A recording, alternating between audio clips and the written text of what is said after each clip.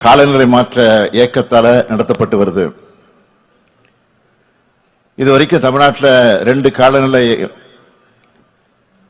உச்சி மாநாடுகளை நம்முடைய அரசு வெற்றிகரமாக நடத்தியிருக்கு. காலநிலை மாற்றத்தை எதிர்கொள்கிற வகையில் நம்மள தகவமைச்சிக்க விவாதங்களை முன்னெடுக்கிறதுக்கான தளமா இந்த மாநாட்டை நாம் நடத்திட்டு வரோம். 2 உலக நாடுகள் பல்வேறு இயற்கை பேரிடர்களை சந்திச்சு வருது. குறிப்பா சொல்லணும்னா கடந்த ஆண்டு துபாயில ஏற்பட்ட வெள்ளம், சீனா, பிரேசில், ஜெர்மனி, ஸ்பெயின் ஆகிய நாடுகளில் ஏற்பட்ட வெள்ளம், அமெரிக்காவில் லாஸ் ஏஞ்சல்ஸ் ஏற்பட்ட காட்டுத்தீ, வெப்பமண்டல நாடுகளில் ஏற்பட்ட வெப்ப பாதிப்புகள் ஆகியவற்றை நாம நினைவுபடுத்திக்கணும். அதே போல நம்ம சகோதர மாநிலமாக இருக்கக்கூடிய கேரளாவில் ஏற்பட்ட வயநாடு நிலச்சரிவை யாரும் மறந்திருக்க முடியாது. நம்ம மாநிலத்திலேயும் திருவண்ணாமலையில சிறிய அளவில் நிலச்சரிவு ஏற்பட்டுச்சு. இதெல்லாம் வேற வேற நாடுகள்ல வேற வேற மாநிலங்கள்ல நடந்த சம்பவங்களாக இருந்தாலும் இது எல்லாத்துக்கும் ஒரே காரணமா காலநிலை மாற்றத்தை தான் சொல்ல முடியும். இத நம்ம எதிர்கொண்டுதான் ஆகணும். அதுக்கு முதல் தேவை பிரச்சனையோட தீவிரத்தை உணர்றது. காலநிலை மாற்றத்தால் ஏற்படக்கூடிய விளைவுகளையும் பேரிடர்களையும் எதிர்கொள்ளணும்னா அனைத்து தரப்பு மக்களும் காலநிலை மாற்றம்னா என்ன, அதோட விளைவுகள் என்ன, அதை எப்படி எதிர்கொள்றது,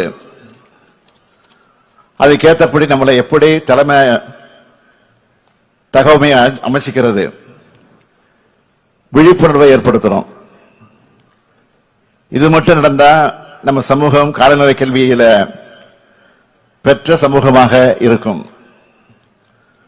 பேரிடர்கள் இருந்து மீண்டு வர்றதுக்கான ரெசிலியன்ஸ் இருக்கும். காலநிலை மாற்றத்தை கல்வித்துறை மூலமாகவே புகட்ட நம்ம அரசு திட்டமிட்டு இருக்கு.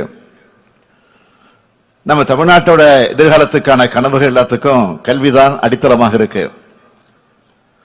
அதனால்தான் நம்ம அரசு காலநிலை கல்வி அறிவை ஒரு இயக்கமாகவே முன்னெடுக்க முடிவு செஞ்சிருக்கு. இது தொடர்பா ஒரு முக்கிய அறிவிப்பை இப்போ வெளியிடுகிறேன். தமிழ்நாட்டோட எல்லா பள்ளிகளிலும் சூழல் மன்றங்கள் ஏற்படுத்தப்படும். காலநிலை கல்வி அறிவிக்கின்ற ஒரு கொள்கையை தமிழ்நாடு அரசு விரைவில் வகுத்து அறிவிக்க இருக்கிறோம்.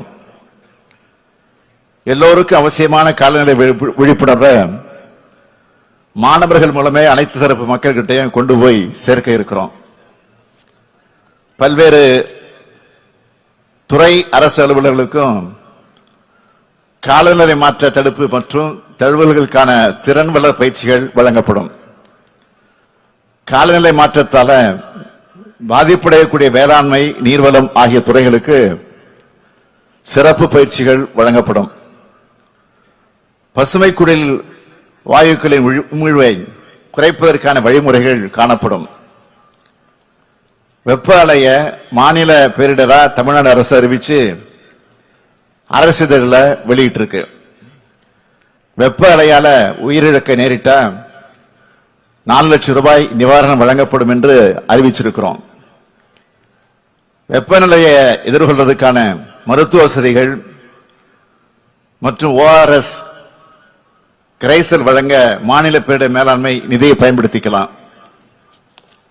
வெப்ப அலை தாக்கத்தின் போது தண்ணீர் பந்தல்கள் அமைச்சு குடிநீர் வழங்கவும் மாநில பேரிடர் மேலாண்மை நிதியை பயன்படுத்திக்கலாம்னு அறிவிச்சிருக்கிறோம். அக்கறை கொண்ட சமூகமாக நாம மாறணும்.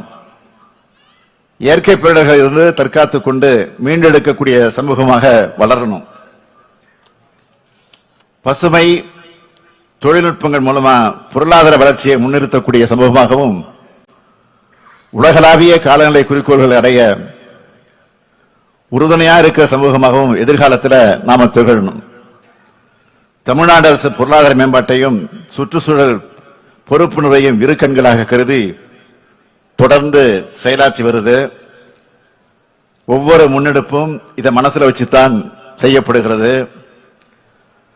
அது நீர்நிலைகள் மறுசீரமைப்பு, காலநிலை மீள்திறன் கொண்ட நகரங்கள் கட்டமைத்தல், பயோடைவர்சிட்டியை பாதுகாத்தல்னு காலநிலை மாற்றத்தை எதிர்கொள்றதுல நம்ம உறுதியா வெளிப்படுத்துறதா இருக்கு.